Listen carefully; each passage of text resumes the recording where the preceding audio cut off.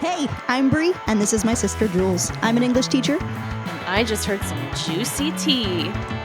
Together, we drink wine as we unpack the brilliant writing of the hit 90s sitcom, Boy Meets World. Cheers. Cheers. All right. Slightly different thing we're doing today. We have different wines. So, I'm going to ask you first, what are you drinking? I'm drinking a Cabernet Sauvignon. What else is new? My favorite from Silver Palm. It's a California wine. This one is from 2021. And let's give it a taste. I haven't tried it yet. Ooh, and I don't like it. Oh, you finally don't like one. But you know what? I'm excited. I also just brushed my teeth, so maybe that is a problem. That's definitely the reason. Yeah. All right, well, I'm going to sip mine. Yeah, what are you drinking? Mine's good. Okay, so mine is Adelsheim, I think is how it's called. How it's pronounced. From is it Willamette Valley or Willamette Valley? Ooh, it's a bit of a contentious subject. Yeah, should have looked that up before. I always would say Willamette, but I feel like I've been corrected. Yes, I feel like I've been yelled at, and it's Willamette. Willamette, yeah. Yes. Which is in Washington? It's in Oregon, I believe. Oregon. There you go. Yeah, Dundee, Oregon. 2021, it's a Pinot Noir. This classic Pinot Noir. I will never give up an opportunity to do that. It's intense, fresh fruit aromas, a backbone of acidity, and a silky smooth texture, rich almost to the point of sweetness. While this wine can age for many years, it can also be enjoyed. It can also be enjoyed tonight with a fine meal. Did you have a fine meal tonight? I had some reheated frozen pizza. That's actually amazing. It's almost better than fresh pizza, one would argue. Yeah, I'm giving mine a second chance. According to the website, this one is a full-body red wine aged in a mix of French and American oak barrels and offers concentrated flavors, firm tannins, and a silky texture. They got some nice legs. Okay. Leggy. Now that I've had some time to stew, I like it. Let's get into it. This week's episode is Season 1, Episode 11, The Father-Son Game, which we almost did last week because Disney Plus has the order of the episodes wrong. Weird. Synopsis, according to IMDb, when Corey and Eric find out that Alan has lied about the father-son softball game being canceled because he knows they don't want to attend, they make amends. Disney Plus's is Corey and Eric lie to get out of a father-son baseball game. Wrong, Disney Plus. You're making mistakes left and right. It is a softball game. Air date, December 17th, 1993. Maybe Disney was trying to rectify something too. They had Santa's Little Helper as this other... Did we do that one last week? Yeah. Santa's Little Helper. Right. So now we're even closer to Christmas and we're doing something that has nothing to do with Christmas, but... Yeah. This one was written by Bill Lawrence, who is an American television producer, screenwriter, and director, the creator of Scrubs, the co-creator of Cougar Town, Spin City, Ground Floor, Ted Lasso, and Shrinking. I love Ted Lasso. It's one of my faves. Never met a person who didn't like Ted Lasso. He's also written for The Nanny and Boy Meets World. I was just reading. What? It was directed by David Traynor. Viewers 19 million. What were your first impressions? I found this episode to be surprisingly very important. For a sitcom, it's very lighthearted, but the message to me is a message that is so important for everybody to understand, not even just kids. I mean, it's especially important for kids, but this is something I'm so passionate about. The messaging of understanding your traditions, not just blindly following them. I love that. And my first impression was, wow, they packed a lot of writing into this episode. That's my takeaway. Do you have a fashion moment, by the way? I think it was Corey's outfit at midway, or I think all of Friday. He wore this purple jacket and the sneakers he was wearing. The sneakers he was wearing reminded me of how popular sneakers were, not that they're not popular now, but the types of sneakers that were popular when I was a kid. If you had a new pair of sneaks, there were some weird sneakers people would come in with, but they were like so cool. And if you had a cool pair of sneakers, you were cool. And it just reminded me of that. And so that's my fashion moment. That's so funny. I didn't notice his sneakers. Cool. My fashion moment was Eric's. He just has fantastic color block striped casual long sleeve tees that he tucks into jeans. And he just looks like such a 90s like poster child for the Gap. He just looks great. And I'm like, damn, that style is kind of back now in the hipster Brooklyn realm that I'm in. Yes. Yeah, his color palette definitely works very well for his skin tone. I love the way you worded that. Yes. Okay, so the episode begins in the kitchen. Morgan's eating sugary cereal. Amy comes down the stairs. Good morning, Pumpkin. I've been up since 6 o'clock. So Morgan is doing a little cutesy thing. Amy just says, nice mess. There's cereal all over the table. And Amy's just like, do, kiss. Morning, gonna go get some coffee. I'm like, discipline your child. Exactly. Corey comes down the stairs, makes a comment about how he loves Friday because he gets to be home all weekend. Amy makes a comment about how she hates Friday because he has to be home all weekend. Corey says, oh, you love me. And Amy says, you wish. I like grabbed my chest. I was like, I would be traumatized. And I noticed that the laughter was very minimal in the audience. I was like, damn, she just said she doesn't love her son. Yeah. No, I was like, nah, Bill Lawrence, that was not a good one. In all caps, I wrote light laughs, not a good line. Bill, that's not the vibe, dog. Eric comes down, does his like quick. So I love that he had a chance to like kind of show off his acting chops a little bit and do some, quick tongued wit. He was like, good morning. Let me give you a weekend weather update. Whether or not I have a date with Cindy this weekend depends on how partly cool I am in the school today. There's a definite Vicky front moving in this Saturday and temperatures are expected to rise. That was a lot. Smooth. The cool temperature, like the weather, riffing on the weather was like, damn, that could be a rap. And then Amy was like cooling off by 10 when you're expected to be home. And Eric's like, oh, Mom, we both know how unpredictable the weather can be. And Amy's like, don't mess with Mother Nature. So Amy is being like pretty harsh on her boys right now and like pretty clearly disciplining them. But with Morgan, she's like, nice mess. Like, I wonder if the writers like are so salty about the way that like their parents just like babied their youngest and like disciplined them, or I don't know. What do you think? I wonder if her time of getting away with it is coming to an end soon. I just feel like people are probably writing letters being like, why are you letting her get away with everything? It's so annoying. It really is. So Corey goes over to have some cereal and he's like, what? She took out all the good stuff, like, because Morgan had taken out all the, best parts of clearly what is Lucky Charms. Yeah, but, have you ever done that? I've done that. I didn't like the feel of it in my teeth. It like squeaked when you ate it. And I just, it was like astronaut ice cream. I thought you liked that. I didn't like that either. Oh, I loved it. Yeah, it was so my thing. Ooh, and you would think I would because I liked chalk. But chalk... But chalk doesn't squeak when you eat it. It doesn't have that same. It was like eating styrofoam. That how you get that squeaky. Yeah. Ooh, I don't like that sound at all. Ooh. And imagine taking that sound and implanting it in your brain through your teeth. Like Tooth Tunes, but with styrofoam. Yes. Do you remember those? Of course. Yeah. I had a Tooth Tunes and it played one song and it was I'm Walking on Sunshine, specifically the cover by Ali and AJ. And so I would listen to it every morning and every night for like a year. Hilarious. And the fact that they didn't think of that, or they must have had something to like get you to spend more money by buying new song chips or something. Did they? No. I think you just had to get a new toothbrush. Well, because you should change your toothbrush every, I don't know, 6 months, a year.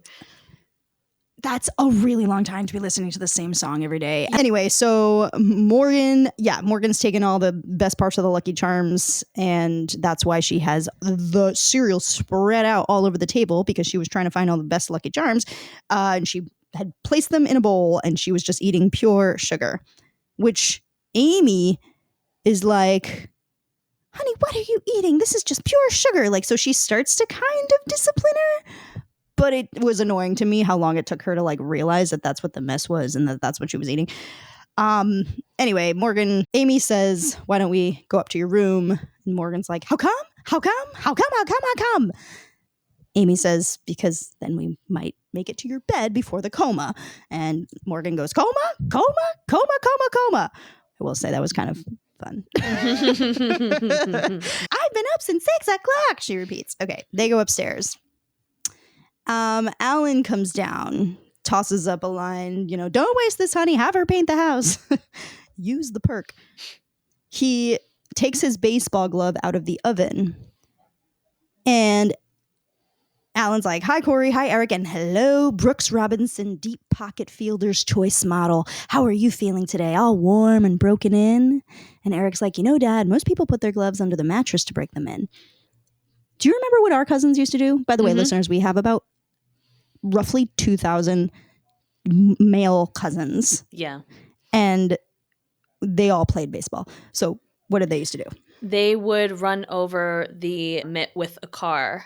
They would drive the car over the mitt and just like have the wheel sit on the mitt for a while to really smash it in there. Mm-hmm. So Alan says, well, most people don't have a glove that they broke in 25 years ago, Eric. See, now this, baby, you baste it with glovolium and you bake it in a slow oven until the web's ready to snap shut on any line drive that comes near third base tomorrow. And Corey's like, the father-son softball game. And Eric's like, has it been a year already? And Alan's like, can you believe it? And so they clearly don't want to go. Alan's like, you'll be thrilled to know that the market giant Juggernaut is going to steamroll over the Unicorn Rainbow Bookstore. So Market Giant is Alan's grocery store, and the Unicorn Rainbow Bookstore is Topanga's dad or parents' bookstore. I love that we don't find that out until later, though. Oh, but I knew it immediately. It's like Topanga's involved. Mm-hmm. And Eric's like, what, that new age place? And Alan's like, yeah, why don't they just give us the trophy now? I mean, these people are much too zen for baseball. I mean, these are people with inner peace and spiritual tranquility. Let's kill them. So Alan goes into the kitchen. Corey and Eric kind of lean in and have a private conversation where Corey's like, the father-son softball game. And Eric is like, has it been a year already? And Alan pops back into the shot, puts both hands on his son's shoulders and goes, can you believe it? So what'd you think about the setup? Like, how were you feeling at that point? I definitely felt bad for him. I don't think anything comes to mind of something I didn't want to do that our parents were excited about. But I can understand both perspectives. As a kid, feeling like you're outgrowing something that you have been doing for years, but you don't know how to say that. And a parent having to come to terms with their kid not wanting to do that thing anymore. How do you deal? That's sad. That's a hard thing to navigate. It is. And do you remember from the first episode when Amy said that he used to like playing football, I think it was, or catch with them or something, and then they got other things, and they had other priorities, and that's part of growing up. And yeah, I felt for him. Okay, so we get the theme song. Now we're in the classroom. And the class is all doing the Pledge of Allegiance. And Topanga's sitting down. She's not standing up for the Pledge of Allegiance. She's not saying it. Corey is kind of like looking at Sean like, They finish. Feeney's like, Miss Lawrence, I couldn't help but notice that you didn't recite the Pledge of Allegiance this morning. And Topanga says, yes, sir. I elected not to. Feeney asks why. And Topanga just says, I didn't feel like it. And Corey's like, this is going to be cool. Feeney's like, what did you say? Calls Corey out. Corey's like, why are you picking on me? She didn't say the Pledge of Allegiance. And he's like, well, Mr. Matthews, it seems that you and Miss Lawrence have opposing positions for this morning's debate. So it turns out Feeney planned this. He had told Topanga not to stand up for the Pledge of Allegiance. Minkus is like, you've been set up, bud. So Feeney writes in the board, today's social studies discussion is American traditions versus social protest. And he says, Mr. Matthews, defend Old Glory. Miss Lawrence, defend the right to dissent. By the way, do you know why it's called Old Glory, or do you know what Old Glory refers to? No, I don't. Tell me. So Old Glory is a nickname for the American flag. Interesting. Okay.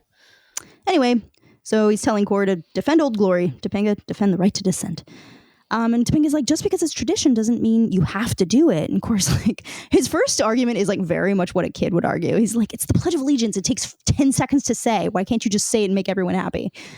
Which actually, now that I rethink that, I think is probably what most adults would say. Yeah. Right? Just do it. Just do it. You know, like, it's not hurting anybody. Just do it. It takes 2 seconds. Like, yeah. And Topanga's like, because if I'm forced to do it just because of some tradition I don't understand, then it doesn't make me happy. Corey says, can you spell peculiar? Which I think is a dumb insult because she absolutely can. And I actually question if he can. Yeah. And Topanga's like, oh, and you're normal? You talk to a flag every day and you don't even know what you're saying. Boom, how did you feel about roasted? I was right? Like, that is weirder to me. Saying it in like in a way that would have been, was said back when it was written. When was it written? I don't know. I should know. Good question. But like, we don't speak like that day to day anymore. So like, yeah, by default, it's weird to be like saying something like that in a way that we wouldn't say anymore, and really not knowing what it is you're saying when you're saying it. That's weird. It is weird. The first version was written in 1885 by Captain George Thatcher Balch, a Union Army officer in the Civil War who later authored a book on how to teach patriotism to children in public schools. Interesting. You are a water sign, correct? Yes. Yeah. So it makes perfect sense that this would make you, like, I'm an earth sign, so like I'm a little more inclined to just like to be like, well, like to like actually kind of get something like this. But like I feel like because you're a water sign, you're like, this makes like absolutely no sense.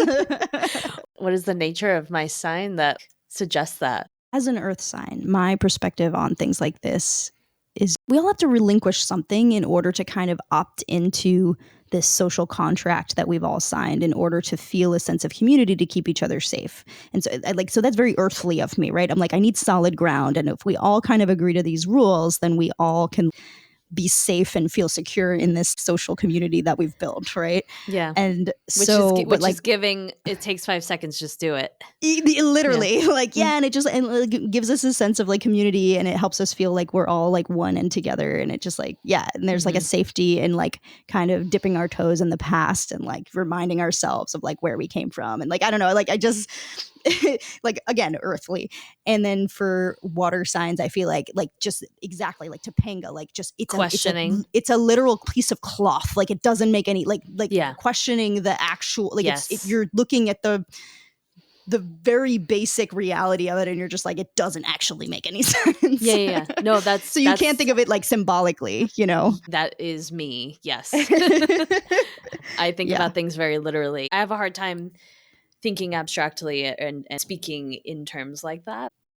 I didn't know why they had this scene about the Pledge of Allegiance in the same episode as the scene about the baseball game. I wasn't putting it together at this point.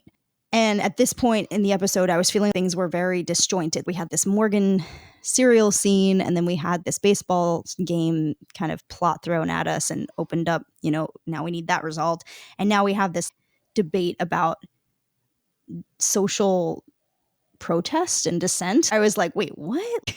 How many storylines are we going to open up here, and how many storylines are going to need to close later? So, Topanga had just said, you talk to a flag every day and you don't even know what you're saying. And Corey's like, but I do it. I do it because I'm supposed to do it. And that's what makes me a great American. And Sean's in the background like,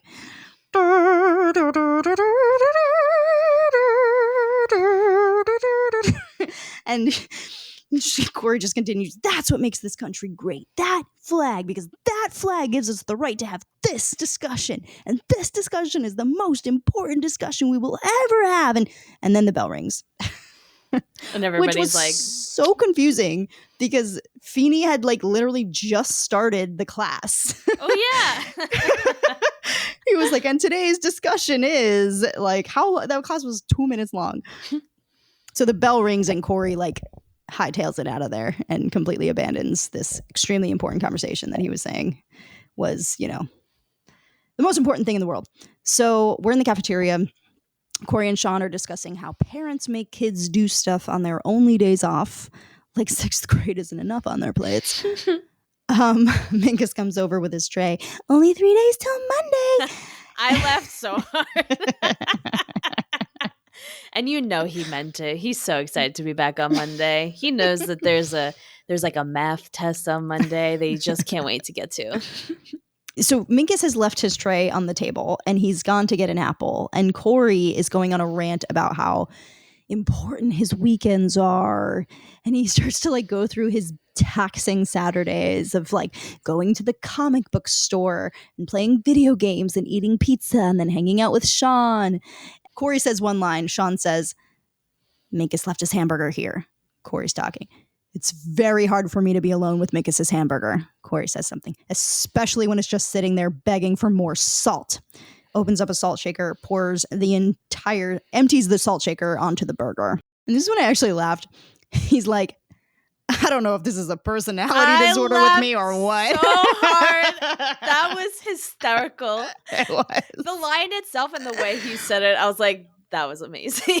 I totally agree. It was very well written. And also he fully got the humor of it. And like, it was just so self-aware. Yes. It was great. It was so good. Also, during that scene of him pouring the salt and pouring I guess it was vanilla pudding. Yeah. Then he puts vanilla pudding on top of the salt, on top of the burger. I suddenly remembered, I had a visceral memory of watching that scene as a kid. Oh, wow. This is the first time this has happened where I'm like, I remember this so well. And the whole switch up, I remember watching it and finding it so funny. Yeah, so he's like, I don't know if this is a personality disorder with me or what, but I'm just never happy unless I'm doing stuff like this. And Corey's still saying things in between these lines. Corey says something. I don't mean just a little bit happy. Corey says something. I mean, I'll have this moment and know it was a good day.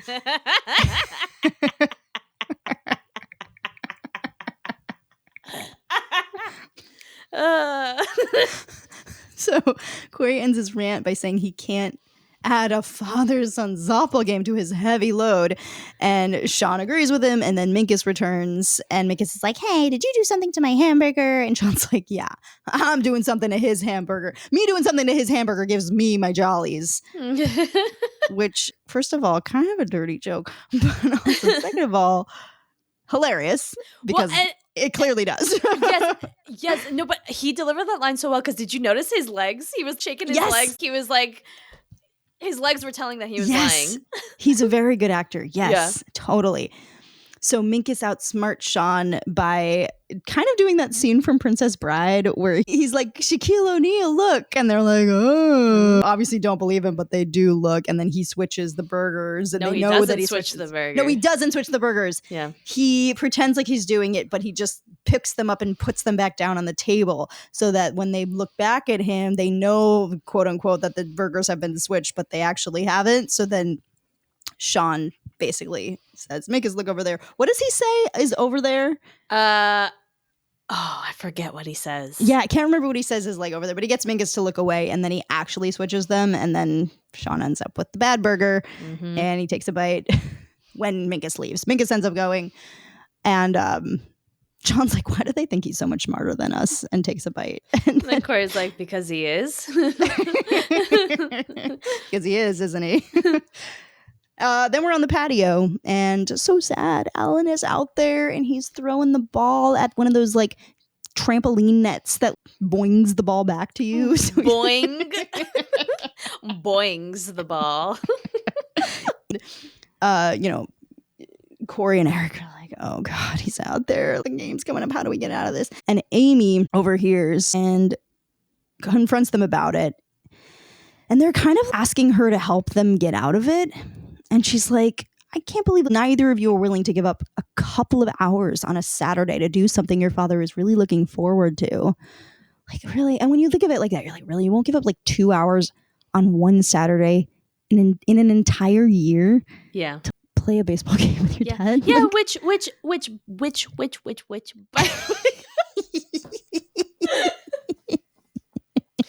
Which, by the way, isn't baseball like Corey's favorite sport? You would think he would not give up a baseball game ever. Exactly. And It's to not play, realistic to me. Okay, maybe you don't want to play with your dad, but to play with your big brother, I would want to do that. No? I wish there was a clear reason why they didn't want to play with their dad. Also, I just feel like I get why Eric, right? He's older. He's in high school. He definitely has other priorities. He has a date that he wants to be on. If he leaned on that, I would get that. Yeah. Corey's got a hot date with his couch and the comic book store and his video games. Like he could do that on Sunday, you know? When he takes it easy after all that other stuff. Yeah. Remember, it was Sunday, like, I'm taking it easy. So they're asking Amy to get them off the hook, and Amy's like, no, this is your hook, and you're going to hang on it like the worms you are. I'm going to the bank. Your heartless father asked me if I could deposit his paycheck so we could pay the bills. Hot take.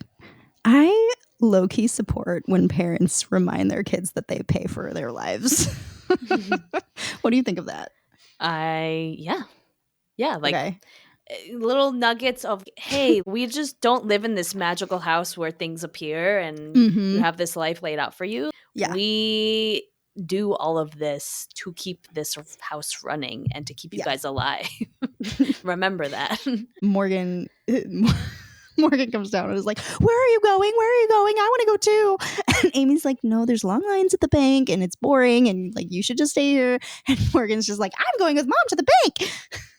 If I was her Jules mom, is just shaking her head. If I was Morgan's mom, I'd be like, get upstairs. You are not getting in the car with me. So sorry.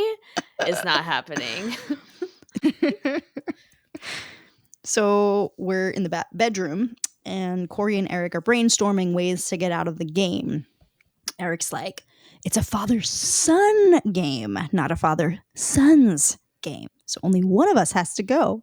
Of course, like, genius. Ring, ring. Hello? It's the governor. We're saved. Why the governor? I don't know. It was so ridiculous that I laughed so hard. I was like, that's so dumb, but so funny. It was like so specific. Maybe it's from a movie or something. I didn't get it, but it was just so stupid. I loved it. And Eric's like, okay, so good luck at the game. Remember, when dad's friends tussle your hair and call you tiger, here's what a sincere smile looks like. And he does this like very classic, like Jim Carrey-esque Eric, like shiny teeth and me smile. Shiny teeth and me. Okay, so this is when they start blackmailing each other. And Eric is like, well, you know, what if Dad and I start talking at the game and I let it slip that it was you who broke his driver hitting rocks in the backyard? And Corey's like, you wouldn't. He's like, I would. And he's like, he wouldn't. Corey says this now. What if Dad starts talking about how nervous he is that you're getting your driver's license next year? Well, I just have to calm him down by telling him Eric's been driving his car around the block sorry, I messed it up. I'd have to calm him down by telling him Eric's driven his car around the block thousands of times and nothing's ever happened. You wouldn't, I would. You wouldn't, I would. You wouldn't. And then Corey says the line again. What are you new? I laughed again. Why do I find that so funny? I just think that is such a funny thing to say because he probably means it like, are you new in town? But to me, I think, are you new on this earth? Did you just hop up as a human and you're just figuring it out? Yes. Did you just fall out of a coconut tree?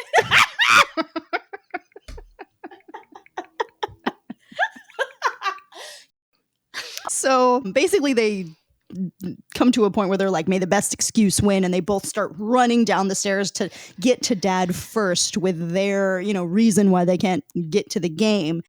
Alan's like, whoa, one at a time, because they're both trying to talk to him at once. And, Eric has a study date. And that's why he can't make it. And Corey starts interrogating him. He's like, really? What class? Eric's like, science. He's like, you're not in the same science class with her. And he's like, we have identical projects due on the same day. And Corey's like, what a coincidence. And then Corey turns to Dad. He's like, my left leg has to be tested for radon tomorrow. It's probably nothing, but I'm the last person to endanger my family. And the testing's free, so... The testing's free. Your left leg has to be tested for radon? Where did you even think of that?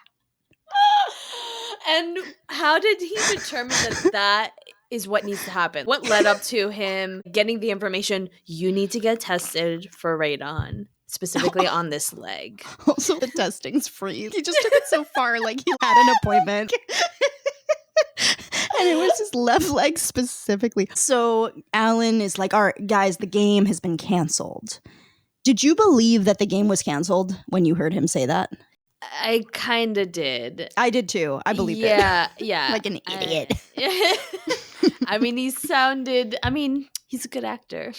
He's a good actor. Yeah. I believed him. I was like, oh, okay. So that's resolved, even though I should have known better. And Corey, just like the minute he hears the game's canceled, he's like, and I told them, take the leg off because damn it, I got a softball game with my dad. So now we're in the cafeteria. Sean's asking how Corey's weekend was. Corey's like, I slept in, I watched TV, I relaxed, I played video games, and on Sunday I took it easy. Oh, what a life. What a life, right? Topanga comes over. She says hi to Corey. Sean goes, look who beamed down. And Topanga's like, I missed you at the game Saturday. Corey tells her that in this dimension, there was no game. Topanga's like, yes, there was. Your dad's grocery store versus my dad's bookstore. Corey's like, the game is canceled. What are you talking about? She's like, you wish we were killing you until your father's assistant manager tried to throw the ball home from center field. He sprained his elbow. The ambulance had to come and take him away. Corey's like, my father told me that the game was called off. And Topanga's like, well, it wasn't. So Sean's like, what's the big deal? Like, maybe he just didn't want to play. And then Corey's like, maybe he just didn't feel like playing alone. So Corey has now learned that he did the wrong thing. You forget that they played the really sad sitcom music with the strings. Huge sucker for sitcom music. Oh, yeah. Mm-hmm. I have been like Pavlovian trained to become emotional when I hear that music. So we're in the bedroom. Amy is being dragged in by Eric and Corey. Corey's like, Mom, this is bad. And Eric's like, look, there was a father-son game on Saturday. Or he's like, look, there was a father-son game on Saturday. And she's like, shocker. And Eric's like, you know, she knows. And she's like, gee, guys, I don't know. Did you give him any indication that you didn't want to play? And Eric's like, no way. And Corey's like, no way. We were completely cool. Arms crossed. Corey's like, completely cool. Arms crossed. The writing does show a close connection between Corey and Eric in this episode that I like. They're very, they're very much on the same page. Oh, yeah. It's very cool the way they did that. I also will say, of all the sitcoms that I've seen, it's really nice and refreshing to see like two boys that are brothers that are generally, for the most part, like so close and so on the same page and are like friends and are like supporting each other. It's beautiful. It is. It's really, it's cute. It's cute. But it's realistic. It's cute. But it's realistic because Eric also gives him a hard time and like also wants to do his own thing. And they that's do. real. Yeah. Yes. Yeah. No, that's real. Basically, Eric's like, oh my God, Dad knows. And Corey's like, he knows everything. We're worms. Again, they ask Mom to help get them out of it. And I was like, what do you think how is she going to get you out of it? Like, what do you think she's going to do?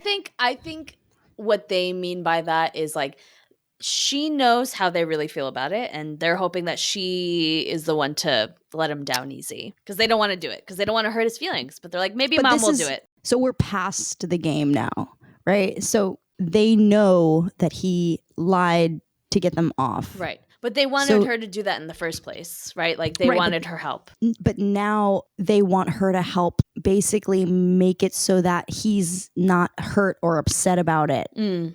Amy's like, can't. The fat lady has sung and gone home and she's in her kitchen eating cheesecake. Corey says, come on, Mom, we hurt Dad's feelings. And Amy's like, well, he's a big boy. He'll get over it. But hopefully you boys have learned something for next time. Corey's like, I really have. And Amy's like, good. Then you get over it too. Amy leaves. Corey's like, I can't get over it. I'll never get over it. Dad really wanted to play and he knew we didn't. And he knew we didn't, so he blew the game for us. And then Eric says a line that I don't get. He says, it's like the gift of the Magi, except we didn't get him anything.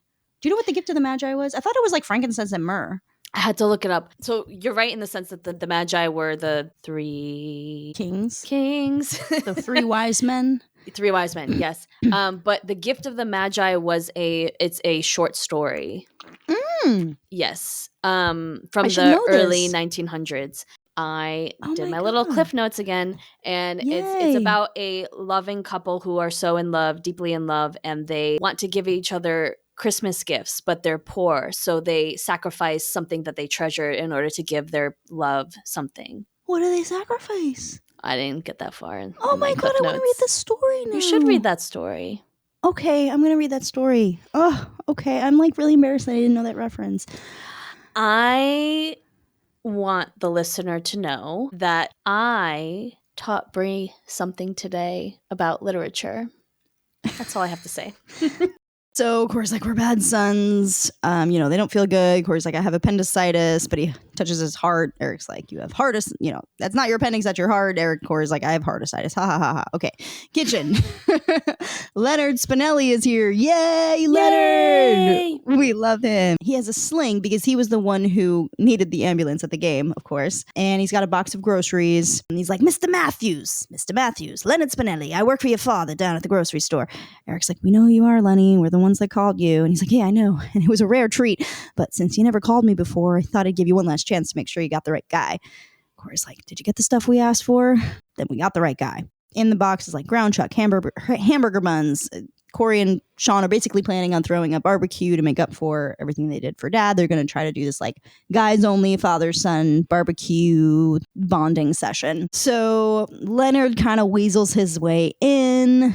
Leonard's like, wait, okay, I need to like understand who knows what. He's like, your father says there was no game, but knows there was one. You know there was a game, but you don't want your father to know you know. So let me ask you this. Don't you think he knows you know, he knows you know, you know, he knows you know? You gotta excuse me, I'm on painkillers. So apparently Lenny threw in a pimento loaf because he assumes he's been invited to this all-guy party that the boys are planning.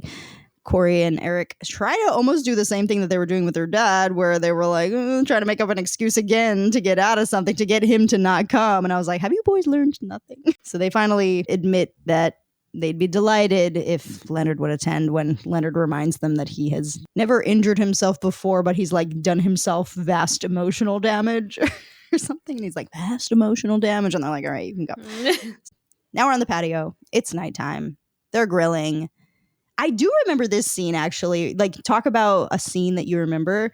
I remember Corey slicing the head of lettuce. It's like iceberg lettuce, and he slices it into wedges, and he grabs a wedge, and he's like, you just, because they're doing like man food. They're like, yeah, we don't need any utensils, and we're not going to wash anything. We're just going to hose down the patio when we're done. And so the salad is like just an iceberg head of lettuce cut into wedges that they're just going to grab with their hands and dip into dressing and eat. I want to do that. That is why I remember it. This is how much of a foodie I was as a kid. Like, that stuck with me. I was like, ooh, I want to try that. That sounds You have like a sensory thing going on with eating stuff. Chalk, wedges of lettuce. Mm-hmm. Nothing squeaky. Nothing squeaky. So they're having a good time. Everything's yeah. Dad's clearly kind of going along with everything. Corey looks at Eric and he's like, can I see you inside? Now we're in the kitchen. Corey's like, he hates it. Eric's like, he doesn't hate it. He's having a good time. Corey's like, remember the softball game? How excited he was? That was the time he wanted. He wanted one lousy softball game and we didn't give it to him. And Eric's like, look, we gave him dinner. Which he's given us, only every night of our lives? I liked his delivery of that line. Mm-hmm. He did a good job. I didn't even say it right. He was like, the way he did dinner, the emphasis he put on dinner the first time and the second time, I noticed it. I was like, oh, that's unique to you. Mm-hmm. I guess we should have just given him the game. This is when the light bulb went on. When Corey said this, I was like, oh, that's why they did the Pledge of Allegiance scene at the beginning. He goes, yeah, we should have stepped up to the plate and said, I pledge allegiance to my dad, and swung for that game-winning home run. Weird line. But I was like, oh. They're really trying to tie it together, though. Make it clear. Yes. Of understanding why you play the game, why you do it. Yeah. It's a pledge of allegiance that you just do because it's 2 hours of your life.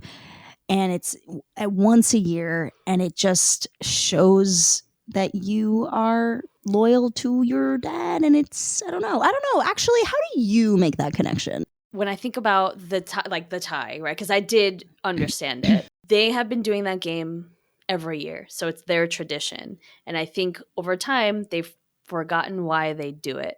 Yeah. And they wanted to get out of it because they're getting older. But this episode helped them realize why they should be doing it, Right. versus just doing it, right? They should be doing it because it makes their dad happy, and their dad does so much for them.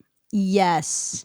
And that is the way that I can understand the Pledge of Allegiance. Like, if you understand how much, and like, hot take, like how much, like, what privileges you have being an American, because I know that we're in this time where we're like all about like hating on America and like just there's a lot of issues and problems, and I totally understand all of the like valid issues that people have with the country. But as someone who has lived outside of this country for an extended period of time, for 4 years, I have a strong respect for the foundations of this country. And I do fully believe that we are very privileged to be in this country. And I just did jury duty last week, and being on that jury and realizing that like we have a system where we take random citizens off the street and they decide the fate of people that have been arrested, so that a judge who's in the system isn't the one who just decides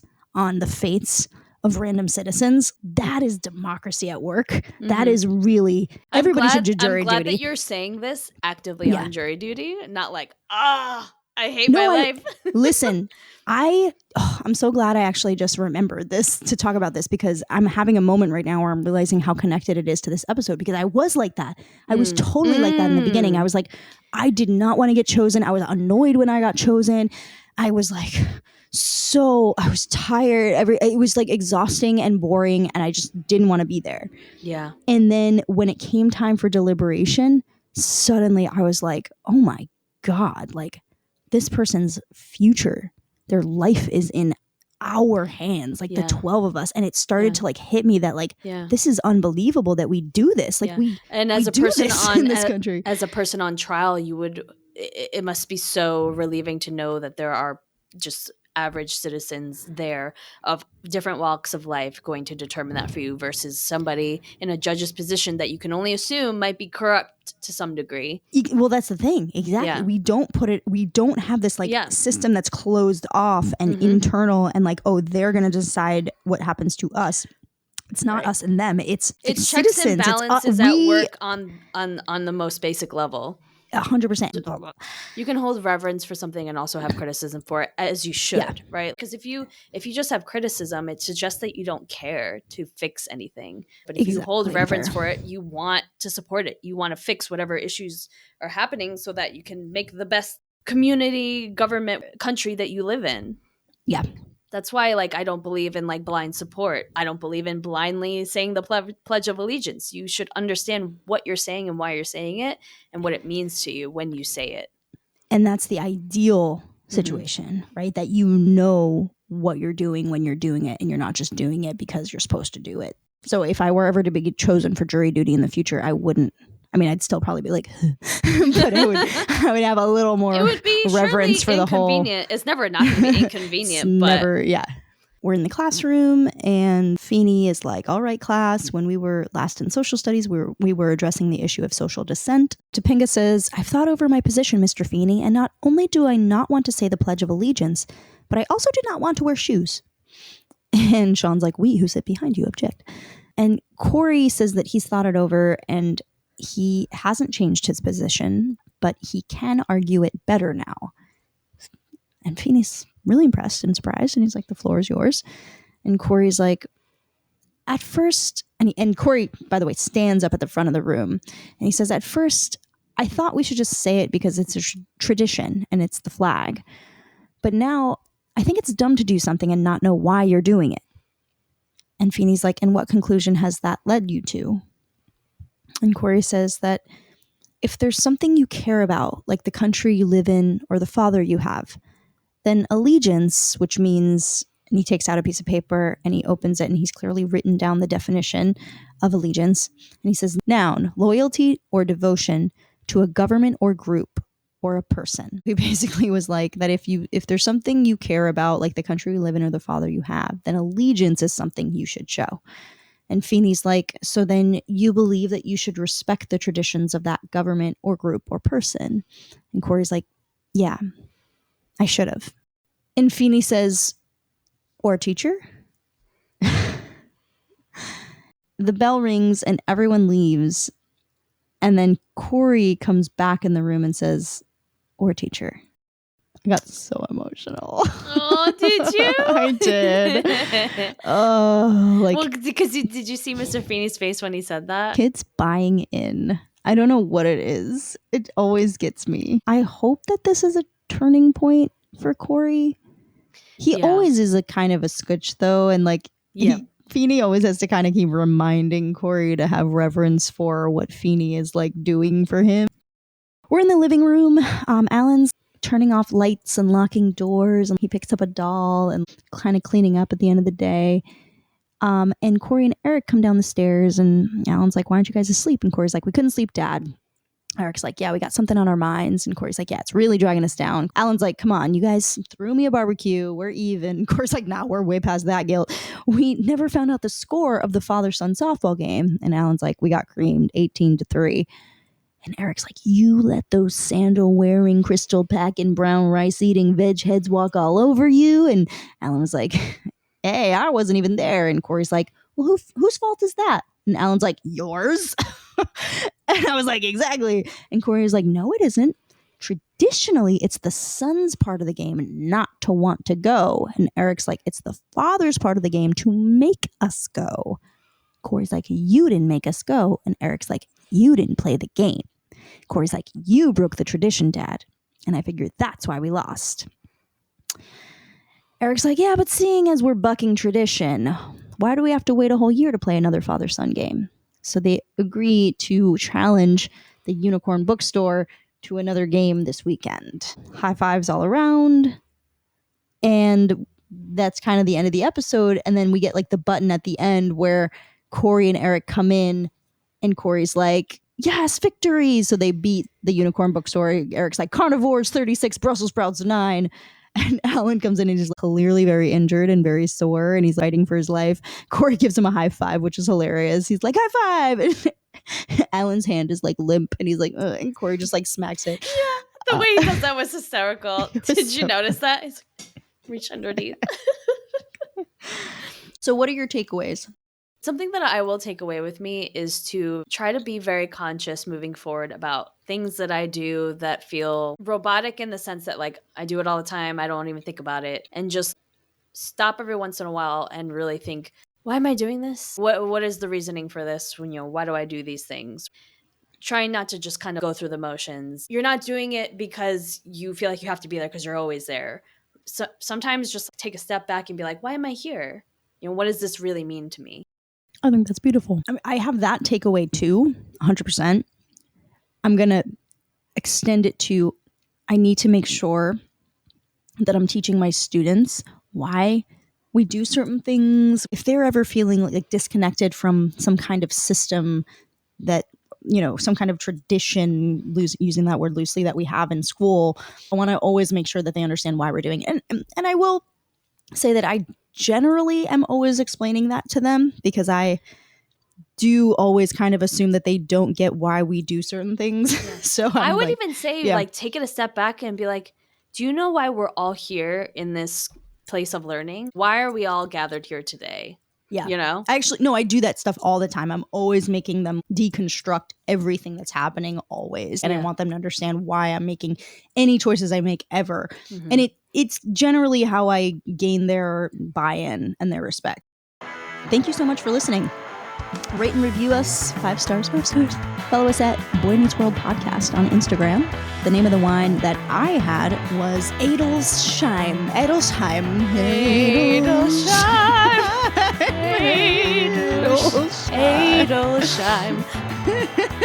From Willamette Valley, Pinot Noir. And what wine did you have? The wine I had was Silver Palms Cabernet Sauvignon from California. Theme song credit goes to Julia Rosa. And next week's episode is Once in Love with Amy. which is a reference to a song written by Frank Loesser and covered by Dean Martin. Once in love with Amy, always in love with Amy. Corey accidentally stumbles across a small cache, as in hoard, of revealing clothing and comes to believe that his mother is having an extramarital affair. Ooh, spicy. I love that Amy is gonna be the center of attention and that She she's deserves it. I'm so excited. She does. I need she more is such of a good her. actress. Bye. Bye.